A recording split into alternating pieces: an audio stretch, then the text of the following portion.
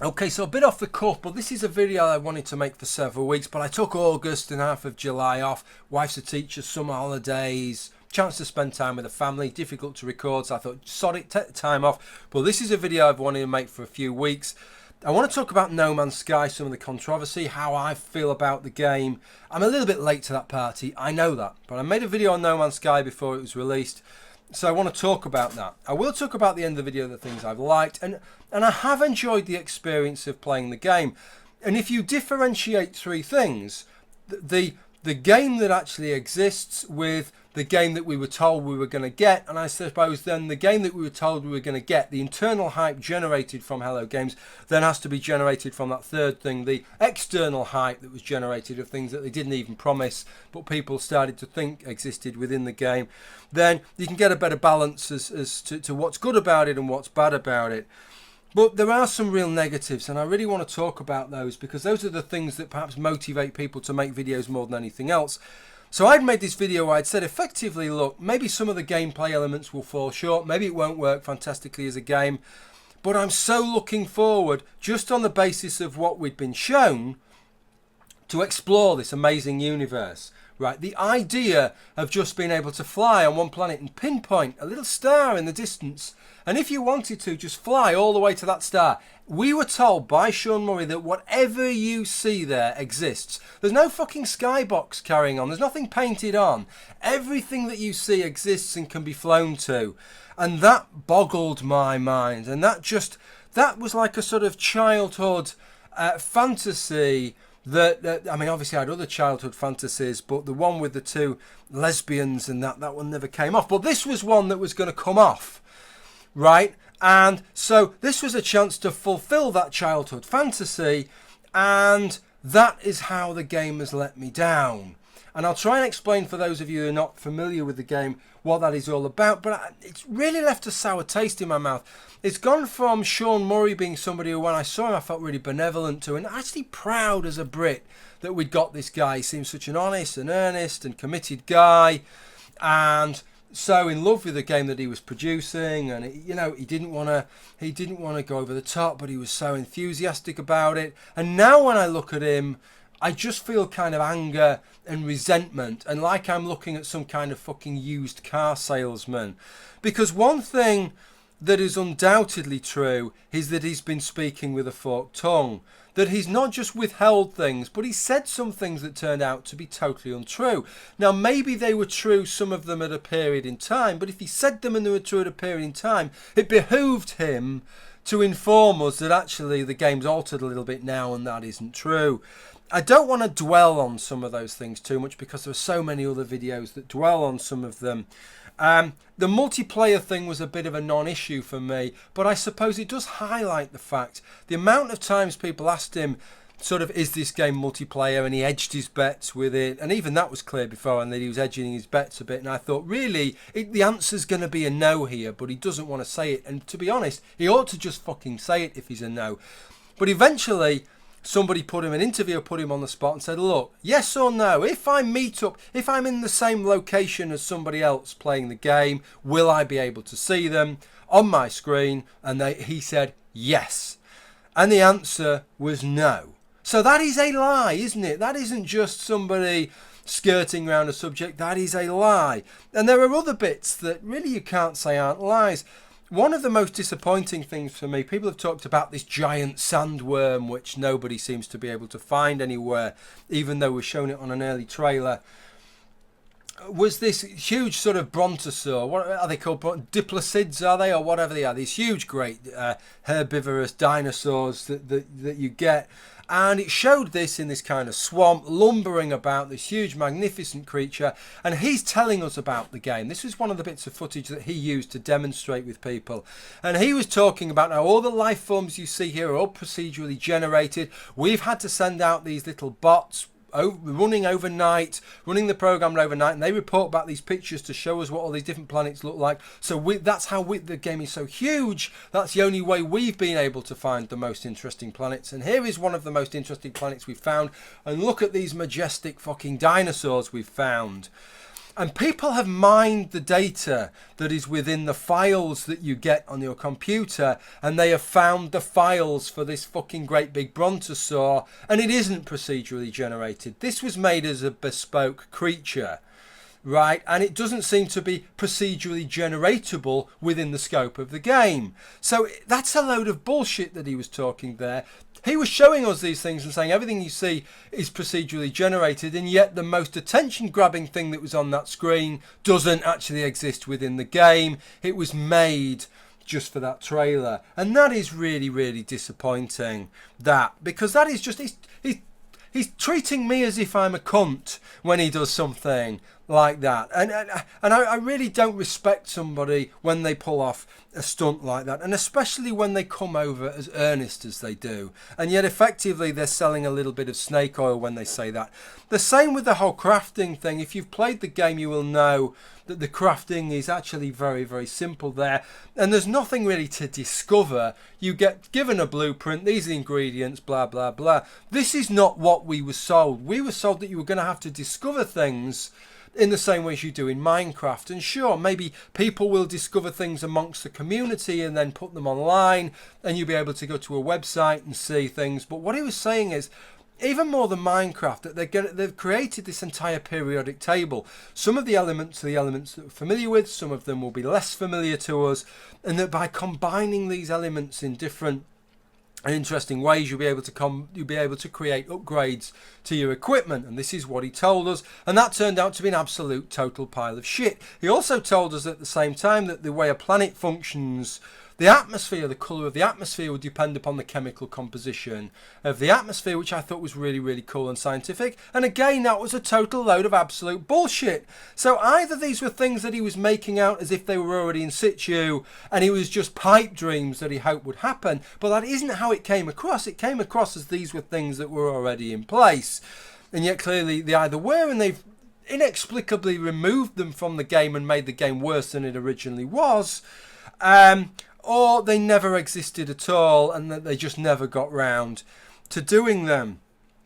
But perhaps the one that really disappoints me, and you can find lists on Reddit and people have done them on videos going through all the things that are missing from the game, but the one that people don't seem to spend much time on, but the one that excited me the most, was this idea of having this universe, as I've said, like a kind of childhood fantasy of being able to fly off a planet and to be able to see a distant star and seamlessly fly all the way there. And this is what he sold us. This is what he sold us as about the killer sort of app for this game.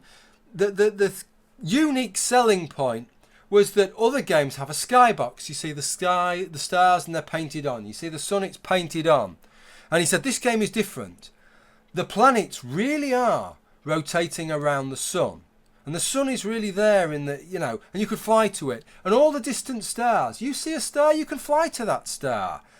And that is all absolute bullshit. It turns out that the star system that you are in is a skybox. And on one side of that skybox, your local star, your sun, is painted on. And all the other stars on that skybox are fucking painted on. And you cannot fly to any of them. And the only thing that actually exists are the planets and any moons that the planet have, any satellites, and any moons that they have just hang there. They don't orbit the planet, and those planets don't orbit the star because the star's just painted on the side of the skybox. And he also said that the closer those planets were to the star that are part of their solar system, their star system, the hotter they will be and the further away, the cooler they'll be, and then there'll be that perfect habitable zone. And again, that's just bullshit. It's just kind of random what temperature planets are and whether there's a lot of life on them and whether there isn't. And so that took away a great big chunk of the mystique to me, of the romanticism. Yes, I wouldn't have left a planet, looked at a star in the distance, and then spent 3 weeks chugging my little starship across to that planet, but I like the fact that I'd be able to pick it out and say, that's the one I'm going to go to, click my hyperdrive button and then get there. But that isn't how the game works, because the game, when you leave the planet that you're on, there isn't even a solar system, a star system map where you can see how your star system's arrayed. There only is the galactic map. And the stars on the galactic map don't bear any resemblance that you can port across from the stars that you could see out the window of your starship. It's like two totally different systems. So effectively that galactic map is just showing you, there may as well be little cubes around each star to show you just how distinct they are, and how all the intervening space, that interstellar space, doesn't actually exist within the game. It's just a load of bullshit. And yet Sean Murray sold us that as if that was all a fait accompli, and that was how the game worked, and that was how this game was so different to all these other games. And it's not there. It doesn't function like that, and that leaves a really bitter and sour taste in my mouth there. But that's two of the four sensations that your tongue can experience: bitter and sour. Nothing particularly salty, but there is still a little bit of sweet, which is that taking all that aside and just pretending that I'd never knew about any of that, I've still enjoyed playing the game. Sure, it's a little bit grindy, the crafting's a little bit rudimentary, but I've really enjoyed exploring some of the planets, and I still get a thrill every time I go to a new planet. Is it going to be quite barren, or is it going to have, you know, real fecundity of life and quite an enjoyable place to visit? And I've really enjoyed exploring some of these different places.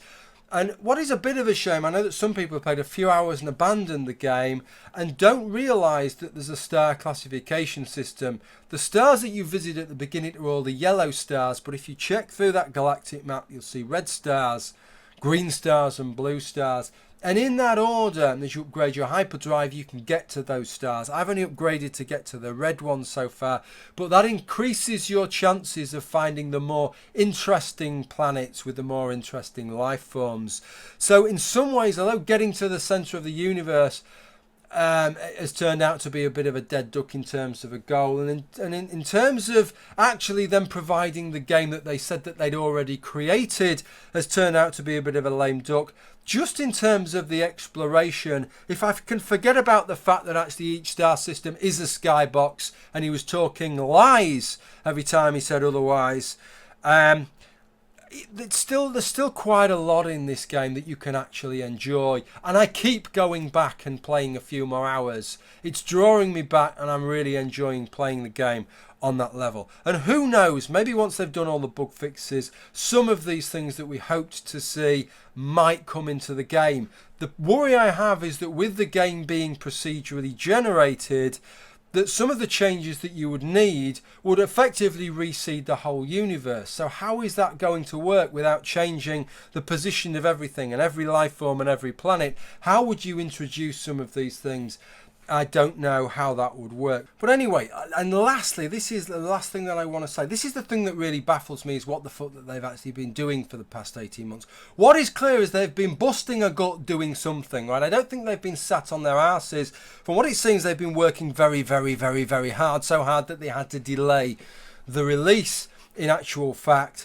But what the hell have they done? Because the universe that you see doesn't seem any more beautiful than the universe that they were showing us and telling us this is the state that we're at 18 months ago. And in many ways it seems to have lost features that they were showing us 18 months ago. So perhaps they were spending the last 18 months creating the gameplay that went with it, and yet the gameplay is so poor. The gameplay should have been the easy part, because the gameplay was the part that was not so innovative. It was the universe, it was the procedurally generated universe that was so innovative.